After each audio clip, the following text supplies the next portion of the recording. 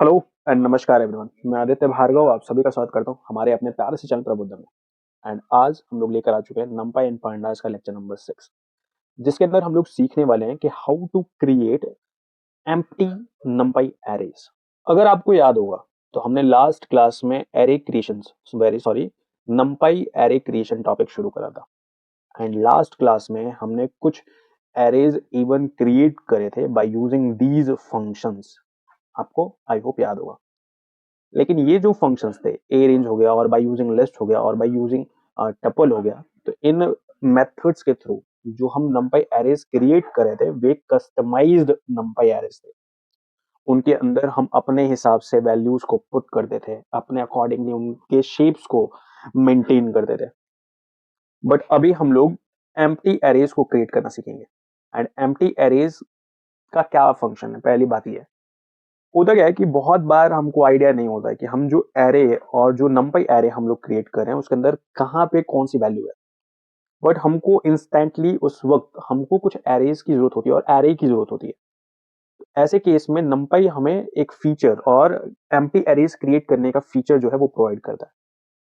तो हम नंपाई में एरेज एम्प्टी एरेज क्रिएट कर सकते हैं by using these functions, zeros, ones, empty, eye and इसके अलावा और भी फंक्शंस हैं। बट ऑफ कोर्स ये मोस्ट कॉमन मेथड्स हैं for creating empty arrays. Empty का मतलब पता ही चल रहा होगा भाई, खाली है, एक ऐसा एरे जो कि खाली है। बस उसका एक शेप होगा, उसमें रोज होंगे एंड कॉलम्स होंगे एंड वहां पे एक डिफॉल्ट वैल्यूज होंगी।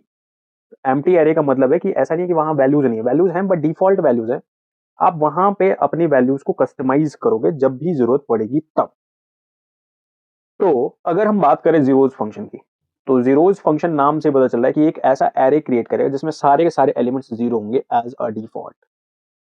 इसको क्रिएट करने का क्या तरीका है कि नंपाई डॉट जीरोस, उसके बाद शेप लिखना है हमको, फिर डेटा टाइप लिखना है हमको एंड ऑर्डर लिखना है। प्लीज कुछ चीजों को लेकर मैं ये बोलूंगा कि अभी आप ध्यान मत दें, जैसे कि ऑर्डर, जैसे कि डिवाइस, जैसे कि लाइक, इनके ऊपर अभी आप ध्यान मत दो।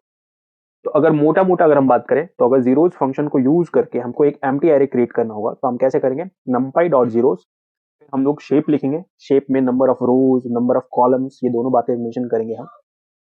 फिर डेटा टाइप हम लिखेंगे कि भाई हमें किस टाइप का डाटा चाहिए अंदर में एरे के अंदर, क्या हमको इंट टाइप चाहिए और हमको फ्लोट टाइप चाहिए, इंट में भी कौन सा चाहिए, इंट 8 चाहिए, इंट 32 चाहिए, इंट मतलब अलग अलग इंट की भी वैरायटीज हैं, हमें किस टाइप का डेटा टाइप चाहिए वो भी हम मेंशन करेंगे। सिमिलरली अगर हम बात करें तो वंस फंक्शन को यूज करके भी हम लोग अपना एम्प्टी एरे क्रिएट कर सकते हैं। एंड सेम चीजें हमें यहाँ भी मेंशन करना पड़ेगा, बट शर्त ये है कि वहां जीरोस के बदले हमें वंस लिखना पड़ेगा। तो जीरोस वाला जो भी एरे क्रिएट करेगा उसमें सारे एलिमेंट्स जीरो होंगे, बट वंस वाला जो एरे क्रिएट करेगा उसमें सारे एलिमेंट्स वन होंगे। वहीं जब हम एम्प्टी की बात करते हैं, नंपाई डॉट एम्प्टी की बात करते हैं, तो ये जो एरे क्रिएट करेगा उस एरे के अंदर रैंडम नंबर्स होंगे। तो ऐसा कोई फिक्स नहीं है कि जीरो या वन ही होगा, सिर्फ इसमें रैंडमली कुछ भी नंबर होगा, हम वहां पे कस्टमाइज करेंगे जब हमको जरूरत पड़ेगी तब। जबकि आई फंक्शन अगर हम बात करें तो ये हमको डायगोनल मैट्रिक्स प्रोवाइड करता है। अगर आपको थोड़ा सा भी मैट्रिक्स वगैरह का आइडिया है तो फिर मेरे ख्याल से आपको आई मैट्रिक्स, डायगोनल मैट्रिक्स का अगर आपको आइडिया है तो फिर आपको समझ में आ रहा होगा। अगर नहीं समझ में आ रहा तो कोई इशू नहीं है, टेंशन मत लीजिए। अभी हम लोग आई फंक्शन को यूज करेंगे तो फिर मैं आपको दिखाऊंगा कि वो किस तरह का होता है। ओके, तो आई होप आपको चार मेथड्स और चार फंक्शन समझ में आ रहे होंगे जिन फंक्शंस को यूज करके हम लोग एम्प्टी एरेज क्रिएट करेंगे, जीरोस, वंस, एम्प्टी, आई। नोटिस करने वाली बात है कि आई फंक्शन में अगर आप ध्यान से देखो तो, अगर आप आई फंक्शन में अगर आप ध्यान से देखो तो आपको समझ में आ रहा होगा कि यहाँ पे दो चीजें हमको मेंशन करनी है। एन एम, ये और कुछ नहीं शेप देगा। एक के वैल्यू क्या है अभी हम इसके बारे में थोड़ी देर बाद देखेंगे। डेटा टाइप के बारे में तो आपको पता चल ही गया है। तो बाय डिफॉल्ट जो डेटा टाइप होता है वो फ्लोट होता है। अगर बाई चांस आपको डेटा टाइप चेंज करना है तो फिर आप डी टाइप के बदले आप लिख लो बाई इंट, जो भी आपको डेटा चाहिए, जिस टाइप का भी डेटा चाहिए वो आप वहां पे मेंशन कर लो। यहाँ आई फंक्शन में जो एन कॉमा एम है ये बेसिक तौर पे हमको क्या देगा, ये हमको शेप मेंशन करना होता है। यहाँ पे आप एम नहीं मेंशन करते हो अगर, तो फिर एम की वैल्यू वही ली जाएगी जो कि एन की वैल्यू होगी। ये ध्यान रखना है बस, ठीक है। तो एक एक करके सारे के सारे फंक्शंस को देखते हैं एंड सारे फंक्शन से एम्प्टी एरेज क्रिएट करते हैं। मैं अभी जिन एम्प्टी एरेज को क्रिएट करने वाला हूँ वो होंगे टू डायमेंशनल। आप चाहो तो वैल्यूज को थोड़ा सा मैनिपुलेट करके आप 1 डायमेंशनल 3 डायमेंशनल एरेज क्रिएट कर सकते हैं, एम्प्टी एरेज क्रिएट कर सकते हैं। ओके, तो अभी हम लोग आ चुके हैं अपने जुपिटर नोटबुक के ऊपर एंड फाइनली अभी आप टॉपिक हेडिंग में देख रहे होंगे क्रिएटिंग एम्प्टी एरेज। एंड जो सबसे पहली चीज जो हम यूज करने वाले हैं वो है जीरोस फंक्शन। जीरोस फंक्शन का जो सिंटैक्स है वो आपको दिखाई दे रहा होगा, numpy डॉट जीरोस, फिर हमको शेप मेंशन करना है, डेटा टाइप मेंशन करना है, ऑप्शनल है डेटा टाइप मेंशन करना।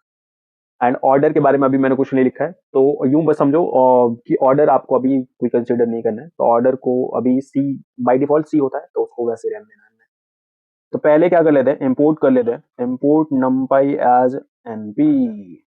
अब इससे क्या होगा कि हमारा जो मॉड्यूल है numpy जो ये है वो इंपोर्ट हो चुका है, ठीक है। एंड अब फाइनली हम अपने फंक्शंस को यूज कर सकते हैं। तो सबसे पहले क्रिएट करें हम लोग जीरो एरे। जीरो एरे एक एरे है सिंपल सा, एंड ये एम्प्टी एरे है। np dot zeros, numpy dot zeros लिखना था लेकिन हमने numpy ना लिखे np लिखा क्योंकि हमने एलियासिंग कर दिया, यहाँ पे numpy के बदले np कर दिया। उसके बाद हमको क्या मेंशन करना है, शेप मेंशन करना है। अब जीरोस में कैसा शेप चाहिए भाई, तो हम क्या कर लेते हैं, टप्पल लिख लेते हैं 2,3। इसका मतलब कि 2 रोज होने चाहिए एंड 3 कॉलम्स होने चाहिए। आप चाहो तो डेटा टाइप मेंशन करो, अगर नहीं करना तो कोई इशू नहीं है। फिर प्रिंट कर दो, व्हाट टू प्रिंट, प्रिंट कर दो भाई जो जीरो एरे है उसको, तो जीरो एरे इसको प्रिंट कर दो। एंड यहाँ पे हमने इसको रन कर दिया एंड आप नोटिस कर सकते हो कि हमने एक एम्प्टी, हमने आज की फर्स्ट अब तक का फर्स्ट एम्प्टी एरे क्रिएट कर लिया है एंड इसके अंदर सारे के सारे एलिमेंट्स क्या हैं, 0 0 0। तो जीरोस फंक्शन और कुछ नहीं करता, एक एम्प्टी एरे क्रिएट करता है जिसके अंदर के सारे एलिमेंट्स की डिफॉल्ट वैल्यू जो होती है वो 0 होती है। एंड नोटिस करने वाली बात है कि सारे के सारे फ्लोट है। वाई, बिकॉज जो डिफॉल्ट डेटा टाइप होता है वो होता है फ्लोट। तो अगर मैं चाहूँ यहाँ पे लिख सकता हूँ dtype equal to int, तो अगर मैं ये लिख देता हूँ तो फिर ये ऑटोमेटिकली क्या होगा, इंट में कन्वर्ट हो जाएगा। एंड आप नोटिस कर सकते हो कि यहाँ पे ये सारे के सारे क्या हो चुके हैं, इंट में कन्वर्ट हो चुके हैं। ओके ओके, तो हमने एक 2 डायमेंशनल एरे क्रिएट करा है, हम चाहें तो इसका शेप भी चेक कर सकते हैं। तो प्रिंट करो भाई, what to print, shape of zero array. And आपको याद होगा कि हम शेप किस तरीके से प्रिंट करते थे, तो जीरो एरे, पहले जो भी एरे है जिसका शेप हमको पता करना है वो लिख दो एंड डॉट शेप कर दो, और इस तरीके से हम करें एंड इसको रन करें। आप नोटिस कर सकते हो शेप आ गया भाई 2,3। ऑफ कोर्स हमने क्रिएट ही करा था 2,3 शेप का अपना एम्प्टी एरे। तो आई होप आपको ये समझ में आ रहा होगा कैसा क्यों लिखा हुआ है। ओके, आप चाहो तो इवन टाइप ऑफ द जो हमारा एरे है वो भी आप क्रिएट चेक कर सकते हो। तो फॉर एग्जांपल मैं इसी को चेक करूँ, तो कॉपी करा मैंने अंदर पेस्ट करा एंड यहाँ पे हम लोग टाइप ऑफ जीरो एरे लिखने वाले हैं। तो type of zero array and किस तरीके से चेक करते हैं, तो टाइप फंक्शन यूज करेंगे हम एंड उसको जो भी एरे है जिसका भी हमको टाइप चेक करने गए उसको हम लोग एज अ आर्गुमेंट पास करेंगे एंड फिर हम इसको रन कर दें। तो आप नोटिस कर सकते हो कि इसका टाइप क्या है, numpy dot nd array. Of course, तो शायद अभी आपने जीरोज फंक्शन को यूज करके एरे क्रिएट करना सीख लिया होगा। अब हम लोग वंस फंक्शन को यूज करके एरे क्रिएट करेंगे। तो अभी हम जो एरे क्रिएट करें उसको हम लिखेंगे वंस एरे। ओके, एंड इसको कैसे करेंगे, सेम तरीका है, np डॉट वंस एंड उसके बाद हम क्या करेंगे, अपना शेप मेंशन करना है ना, तो शेप के रूप में सेम 2,3 लिख लेते हैं एज अ शेप एंड फिर हम इसको क्या कर देते हैं, प्रिंट कर लेते हैं। तो प्रिंट कर दो भाई, what to print, ones array print कर दो। एंड जैसे मैं इसको रन करता हूँ आप नोटिस कर सकते हो कि सारे के सारे जो है वो आपके 1 1 1 एज अ डिफॉल्ट वैल्यू आ चुके हैं, क्योंकि वंस क्या करता है, एक एम्प्टी एरे क्रिएट करता है जिसके सारे एलिमेंट्स की डिफॉल्ट वैल्यू 1 होगी। नोटिस करने वाली बात है कि सारे के सारे फ्लोट टाइप है, तो अगर आपको इंट टाइप में कन्वर्ट करना है तो फिर आप क्या करेंगे, टाइप कास्टिंग करेंगे। हाउ, तो dtype equals to int लिख देंगे एंड इस तरीके से अगर अब आप इसको रन कर दो तो आप नोटिस कर सकते हो कि फ्लोट टाइप एंड हो चुका है एंड फाइनली ये एक्ट कर रहा है एज अ इंट टाइप, लेकिन सबकी वैल्यू कितनी है, 1 है। तो आगे हम कस्टमाइजेशन सीखेंगे, हम किस तरीके से एम्प्टी एरेज के जो एलिमेंट्स हैं उनको किस तरीके से मैनिपुलेट करना है वो हम आगे जाके सीखेंगे। बट अभी के लिए हमको एरे क्रिएट करना आना चाहिए भाई, एम्प्टी एरे क्रिएट करना आना चाहिए। फिर आगे आते हैं भाई, एम्प्टी फंक्शन, तरीका सेम है। तो अभी हम लोग एरे क्रिएट करें एम्प्टी एरे नाम का। तो np.empty, उसके बाद हमको क्या मेंशन करना है, शेप मेंशन करना है, तो 2 डू समथिंग, एंड इस तरीके से अपन क्या कर लेते हैं, यहाँ पे शेप मेंशन करके इसको क्रिएट कर लेते हैं एंड प्रिंट कर दो भाई। व्हाट टू प्रिंट, तो प्रिंट करना है हमको empty, very sorry, array. Okay, and अभी हम क्या करेंगे, इसको रन करेंगे। आप नोटिस कर सकते हो मैंने जैसा कि आपको पहले ही बताया था, एम्प्टी एरे जो एरे क्रिएट करता है उसमें जो वैल्यूज पुट करता है वो रैंडमली कुछ भी पुट कर देता है। तो इसीलिए आमतौर पे लोग जो होते हैं वो एम्प्टी एरे को क्रिएट करना पसंद नहीं करते बाय यूजिंग एम्प्टी फंक्शन। तो np डॉट एम्प्टी को यूज करके एम्प्टी एरे क्रिएट करना पसंद नहीं करते हैं, क्योंकि ये रैंडमली कुछ भी वैल्यूज को फिलअप कर देता है। तो इतना लोग कंफ्यूज हो जाते हैं, तो इसीलिए लोग एम्प्टी फंक्शन को यूज नहीं करते और कम करते हैं। एंड जो लास्ट तरीका है हमारे पास वो है हमारे आई फंक्शन को यूज करके। तो आई एरे एक क्रिएट कर लेते हैं हम, आई एरे इक्वल्स टू, तरीका क्या है, तो np डॉट आई, है ना। एंड उसके बाद हम लोग क्या मेंशन करेंगे, तो शेप मेंशन करेंगे ऑफ कोर्स। तो अगर मैं 2 एज अ शेप मेंशन करता हूँ, अभी देखो k इक्वल्स टू व्हाट मैंने मेंशन नहीं करा, डेटा टाइप नहीं मेंशन करा है, ऑर्डर डिवाइस एंड लाइक के बारे में तो अभी हम बात ही नहीं करेंगे। तो अभी मैंने सिर्फ क्या मेंशन करा हुआ है, 2। तो यहाँ पे मैंने n की वैल्यू बस मेंशन करी है 2, m की वैल्यू इसने ऑटोमेटिकली 2 ले ली है। क्यों भाई, क्योंकि ऑल द वे जो आई फंक्शन होता है ये एक तो स्क्वायर मैट्रिक्स होता है, स्क्वायर टाइप का होता है। तो इसलिए क्या करता है ये कि ऑप्शनल होता है m की वैल्यू डालना। अगर आप m की वैल्यू नहीं डालते हो तो फिर वो n को ही एज m कंसिडर कर लेता है। तो अगर मैं इसको पहले प्रिंट करा दूं, तो प्रिंट करो भाई, what to print, eye array.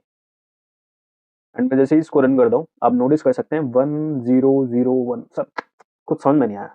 एक काम करते हैं, आई एरे 1, एंड एक बारी और एक और एरे क्रिएट करते हैं, np डॉट आई शेप में मैं 3 एज पुट कर रहा हूँ, एंड फिर मैं कहता हूँ प्रिंट करो, व्हाट टू प्रिंट, तो आई अंडरस्कोर एरे 1।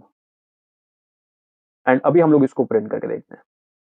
नोटिस करा कुछ क्या आपने, अगर आप ध्यान दे रहे हो तो आपको समझ में आ रहा होगा, यहाँ पे डायगोनल वैल्यूज 1 है। ये आपका बेसिक तौर पे डायगोनल मैट्रिक्स है, जहाँ पे डायगोनल एलिमेंट्स मौजूद होते हैं। इसको आइडेंटिटी मैट्रिक्स कहते हैं बेसिक तौर पे, क्योंकि यहाँ पे हमारा जो डायगोनल वैल्यू है वो 1 है। तो आई फंक्शन और कुछ नहीं करता, आइडेंटिटी मैट्रिक्स क्रिएट कर लेता है, जहाँ पे डायगोनल वैल्यू जो होती हैं वो 1 होती हैं। ओके ओके सर, मैं चाहता हूँ कि जो मेन डायगोनल है ये ना हो, इसके ऊपर वाला जो डायगोनल दिखाई दे रहा है ना, ये वाला जो आपको दिखाई दे रहा है, ऑफ कोर्स ये जीरो जहाँ पे है, एंड ये वाला जो जीरो है जहाँ पे, ये वाला, तो इन दोनों के बदले 1 है। तो अगर हमको ऐसा करना है तो देखते हैं क्या होता है। I array 2 equals to np dot I, उसके बाद हमने क्या मेंशन करना है, शेप मेंशन करना है। तो शेप अपने को लिखना है 2, फिर कॉमा लगा के हमको लिखना है k इक्वल्स टू 1, एंड फिर देखते हैं क्या आता है एज आई एरे 2। ये भाई देखते हैं पहले एंड फिर डिस्कशन करेंगे। आप नोटिस कर सकते हैं, इसको भी छोड़ो सर, आपने यहाँ पे जो शेप लिख लिया वो 2 लिख दिया है, उसको शेप 3 करते हैं पहले। एंड आप नोटिस कर सकते हो ऊपर वाले में चेक करो, जब मैंने k वैल्यू नहीं लिखा था तो यहाँ पे k value automatically by default 0 था। एंड 0 का मतलब है कि ये जो मेन डायगोनल है ये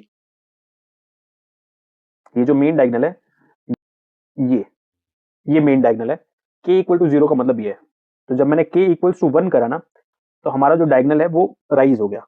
एंड अगर मैं -1 करता तो फिर हमारा डायगोनल ये हो जाता, इसको एज अ डायगोनल कंसिडर किया जाता। एंड यहाँ पे जो जीरोस हैं उनके बदले 1 पुट किया जाता। तो अगर मैं k इक्वल टू -1 करता हूँ तो देखते हैं एक बारी, k इक्वल टू -1, एंड मैं अभी इसको रन करता हूँ। आप नोटिस कर सकते हो कि हमारा डायगोनल जो है वो चेंज हो चुका है।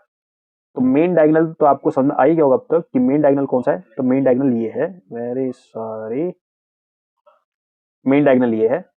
एंड अगर हम 1 लिखते हैं, +1 लिखते हैं, तो फिर ऊपर वाले को डायगोनल कंसिडर किया जाएगा। -1 लिखते हैं तो फिर हम नीचे वाले को डायगोनल कंसिडर करेंगे, एंड वहीं पे हम लोग 1 हमारा जो पाइथन है वो 1 डाल के हमको एरे क्रिएट करके देगा। आई होप अभी आपको आई फंक्शन के थ्रू, जीरोस फंक्शन के थ्रू, वंस फंक्शन के थ्रू एंड एम्प्टी फंक्शन के थ्रू, इन चारों फंक्शंस के थ्रू आपको एम्प्टी एरेज क्रिएट करना है। एंड आपको समझ में आ रहा होगा कि हम किस तरीके से एम्प्टी एरेज क्रिएट कर सकते हैं। ओके, एंड एम्प्टी एरेज में जो आई फंक्शन है उसमें के का क्या मीनिंग है, आई होप आपको ये समझ में आ रहा होगा। तो के और कुछ नहीं होता, डायगोनल की प्लेस को चेंज करता है। तो अगर आप के 0 रखते हो तो डिफॉल्ट डायगोनल आपको पता चलिए वो कौन सा है। के 1 रखने का मतलब कि ऊपर के डायगोनल्स, के 2 होता तो और ऊपर का हो जाता, तो के -1 उसके जस्ट नीचे वाला, फिर के -2 उसके और नीचे वाला।